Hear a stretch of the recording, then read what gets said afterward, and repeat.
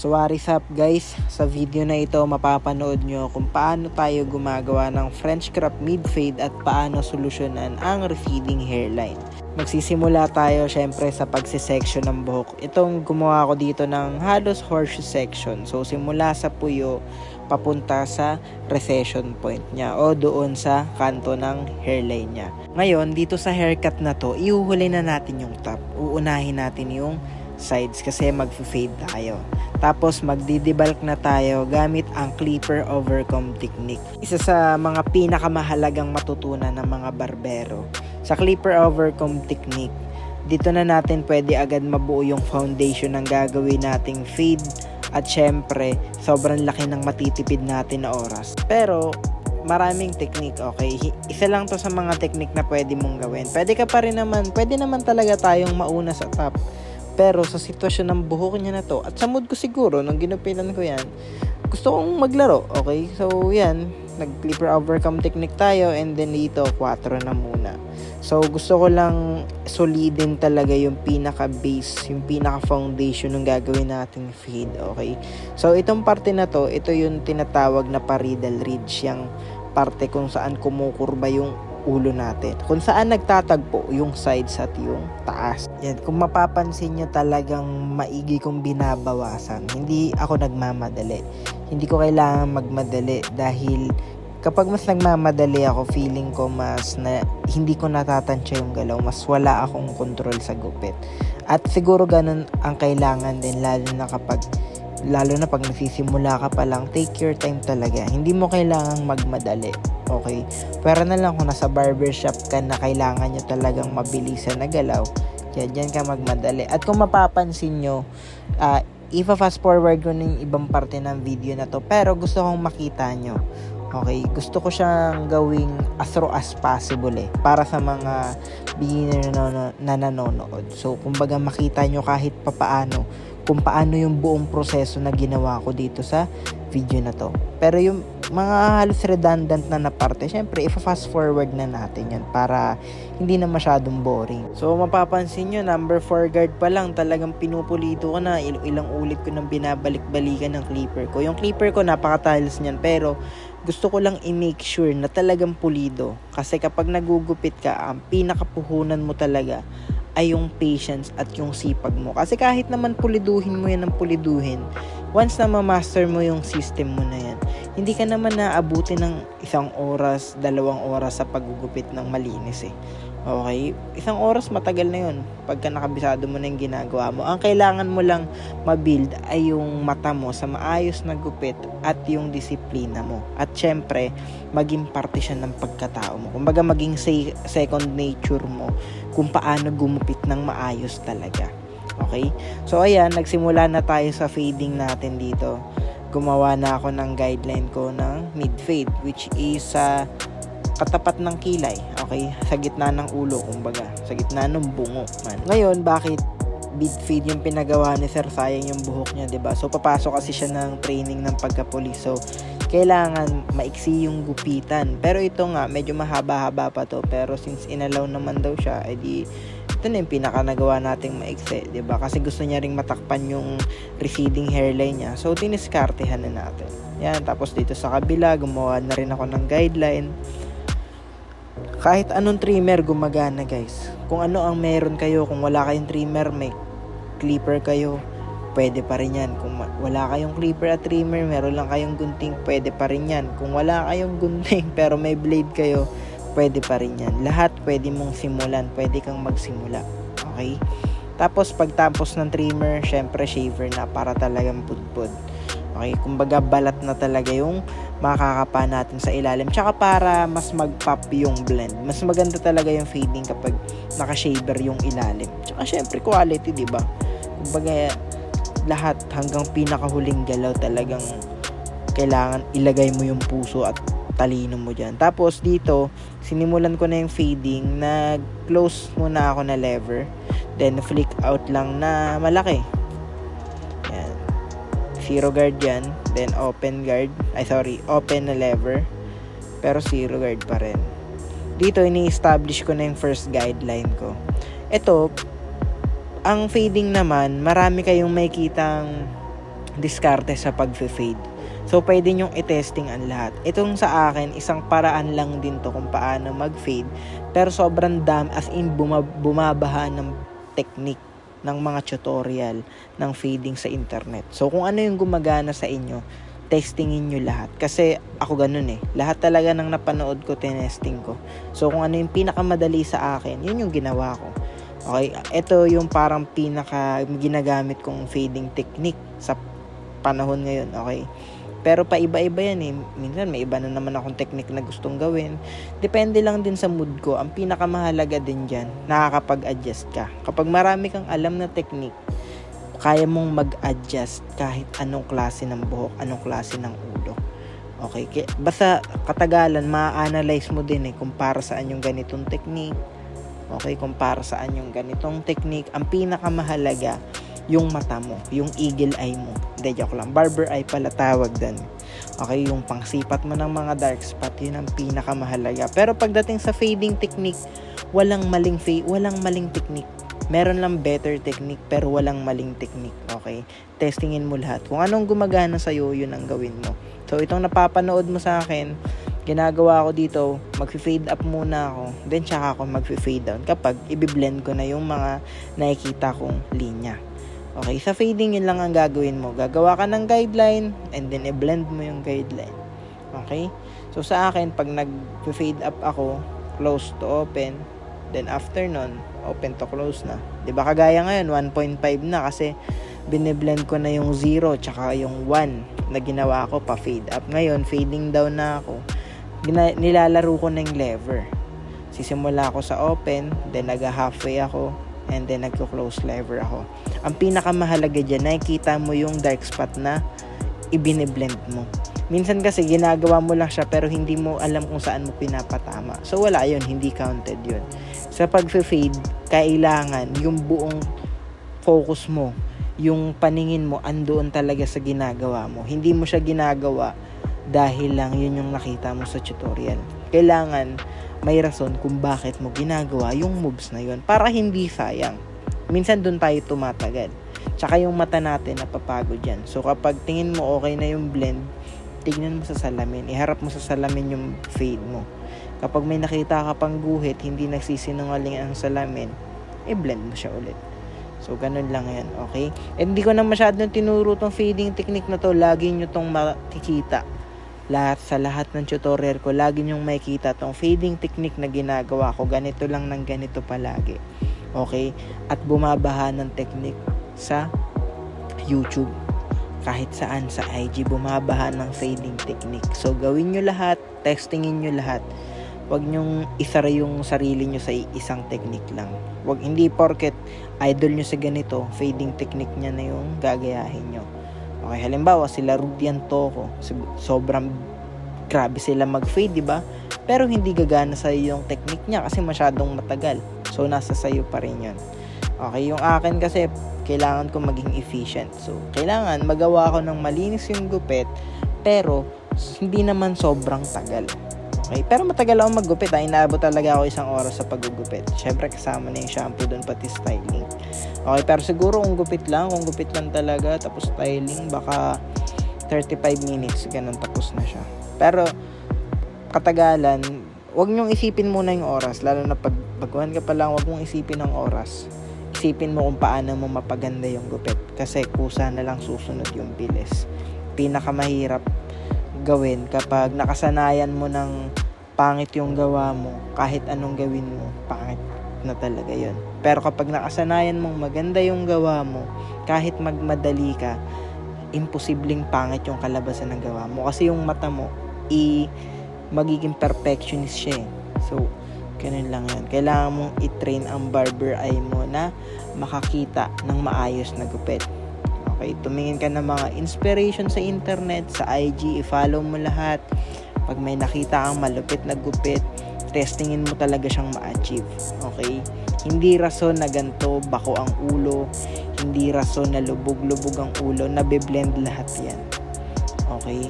Itong ulo na to, sobrang lubog din ito. Pero kahit papaano, na-manage natin na ma-blend siya.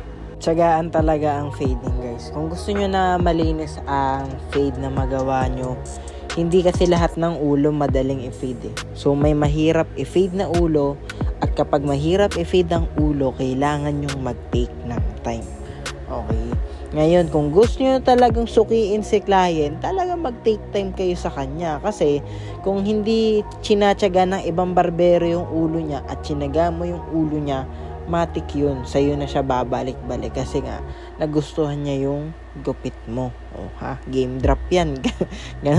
ganun kumuha ng client. O, ayan na. So, panoorin yung maigi kung paano natin sinusungkit-sungkit yung mga dark spot na yan. Kung paano natin finipade yung bawat parte ng ulo na yan.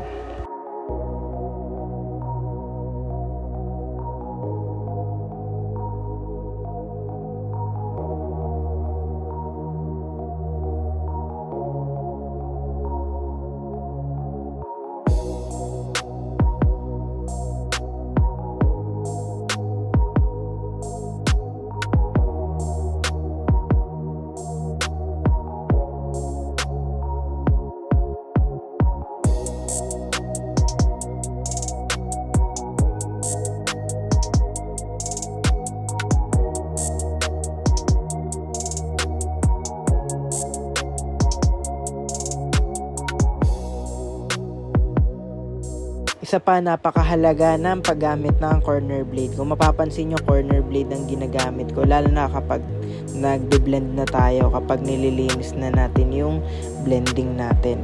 May parte kasi na dark spot pa, may parte na okay na. So yung mga dark spot pa, yun ang susungkitin nyo. Yung mga blended na, hayaan nyo na yun. Okay?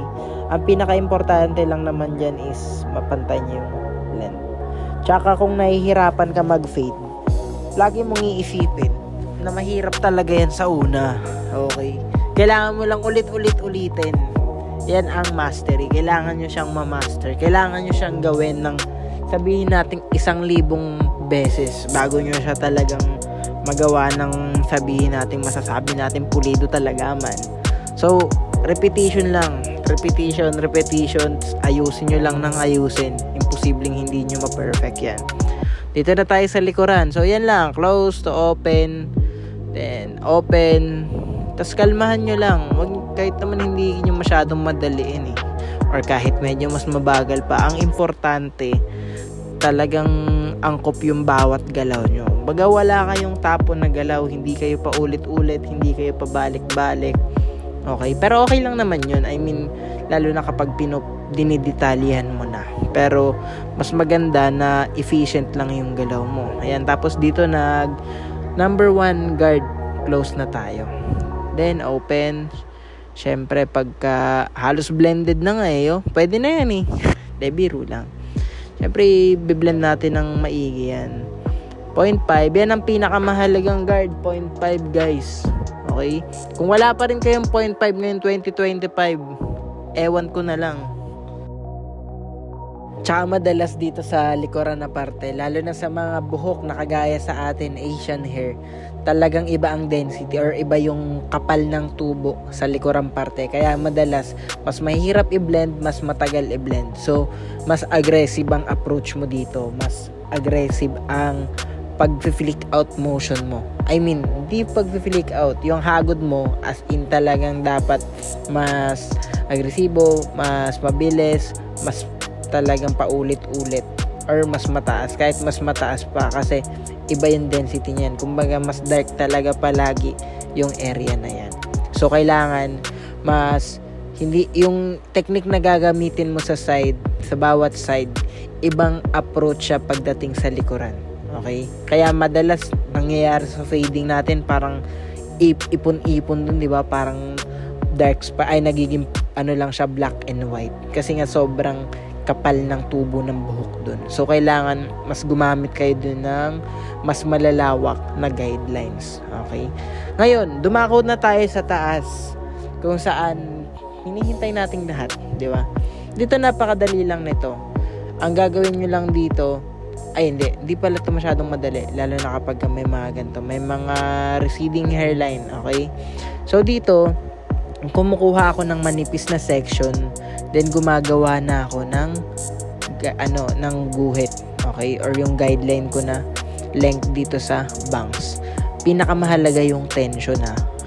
Kung mapapansin nyo, hindi ko kinakapitan yung buhok na ginugupit ko.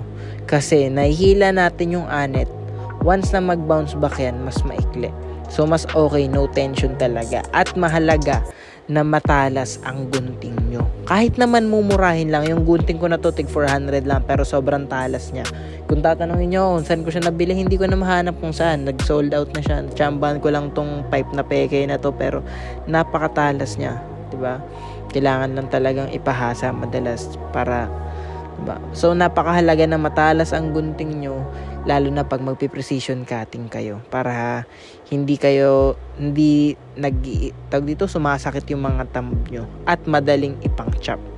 Yan, ganyan lang ginagawa ko. Kukuha muna ako ng target na length ko sa bangs, and then from that, yan na yung sinusunod-sunod kong section by section. So, bakit hindi ko isang bagsak lang tas puputulin ko?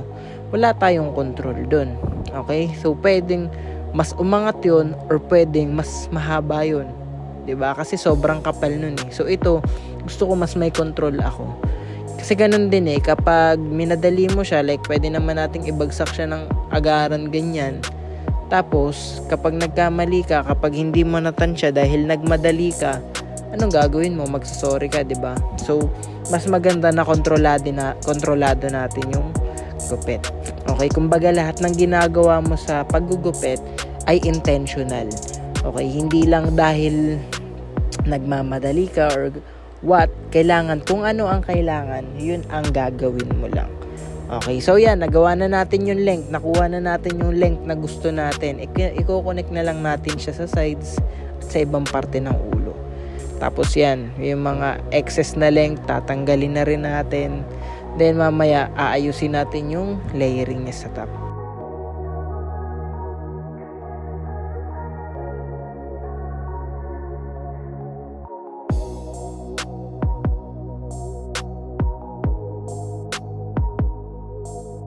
So, dito kukuha na ako ng profile section natin. So, yan, yung section na yan, ang magiging guide natin na length papunta sa kabuuang parte ng top part. Okay? So, dito, pupulutin ko yung section na yan. Then, ihiwalay ko na yung mga parte na sa tingin ko ay nakaka-apekto sa magiging kapal ng bangs natin. Kasi pinakamahalaga yung bangs sa gupit na to dahil gusto nga nating matakpan yung recession area niya. Okay, yung receding hairline niya, kailangan nating matakpan. So, keep in mind na ingatan natin ang pagbabawas. Okay, at sa gupit na to, puro vertical sectioning ang gagamitin ko. Kasi gusto kong matansya talaga or gusto kong makita kung ano yung buhok na makakaapekto doon sa bangs natin. Gusto kong matansya ng maigi na meron tayong matitirang saktong kapal doon sa harapan. Okay? Tapos, yung mga parte na hindi naman tumatakip doon sa harapan, gugupitin natin siya ng shorter towards doon sa crown or sa apex area natin. Okay? Then yan, makikita nyo, dalawa talagang focus na focus yung mukha eh. No? Kasi, kailangan nating ingatan yung mga gantong klase ng gupit, gantong klase ng sitwasyon sa ulo. Ito yung mga malalakas sa complaint eh. Okay? So, kailangan maayos mong maipaliwanag kung anong gagawin mo sa gupit, maayos mong ma-execute yung gupit na na kailangan mong gawin sa kanya. Dahil kapag hindi, kapag nabigo ka dun, complain ka talaga man.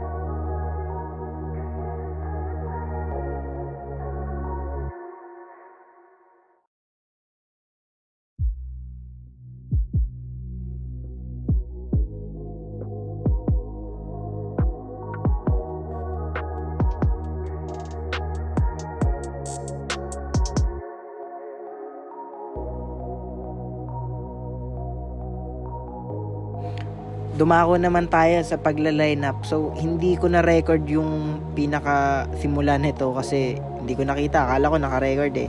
So, pero mapapansin nyo, ang pinaka-ideal lang naman dito ay pantay na pantay. At yung mga arch, kagaya dito sa temple area, yung sikap kung tawagin, mahalaga lang naman na bilog siya. Okay, so ito nasa wrist control nyo din to. Tsaka nasa imagination nyo kung paano nyo siya gagawin. Ngayon, kung tatanungin nyo ako kung bakit pantay na pantay yung bangs at hindi medyo patulis, kasi French crop yung reference namin at gusto nga namin na as short as possible yung gagawin namin gupit sa kanya dahil pang training camp ito. So, kailangan namin pagmukaing mas masculine siya. Okay? So, yan. Pinupulido na natin. Ginagamitan na natin siya ng thinning scissor. I-blend pa natin yung mga nakikita nating dark spot. At isa ito sa pinaka... Dito ko masyadong medyo tumatagal talaga sa pagdedetalye. Dito na natin pinupulido yung ginawa nating fading kanina. Yung ginawa natin sa top. Dito na natin yung mga finishing touches nila. So, ayan lang naman yan. Okay, kailangan mo lang gamitan yan ng talas ng mata. Okay, ng salamin. Para makita mo talaga yung mga kailangan pang ayusin.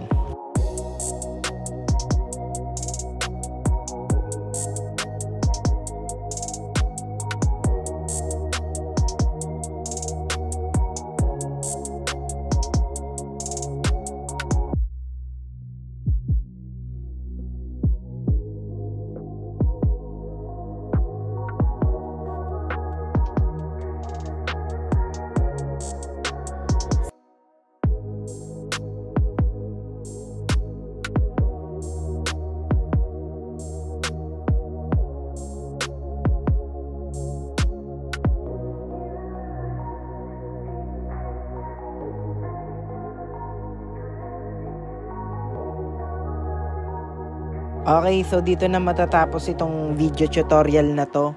Sana may natutunan kayo, 'di ba? Ganyan siya kanina. Pero pagkatapos ng lahat, tingnan mo naman yan, par. Diba? Yan ang resulta ng mga pinagkagawa natin, mga fading, mga ipit-ipit. Sana makatulong sa inyo tong video tutorial na to. So marami pa tayong ilalabas sa mga video tutorial. Hanggang sa gumaling kayo, guys. Okay, tutulungan ko kayo kung paano matutong maglakad sa barbering na ito. Okay, so ayun lang. Hanggang sa muli. This is Cats by Johnny. Namamaalam.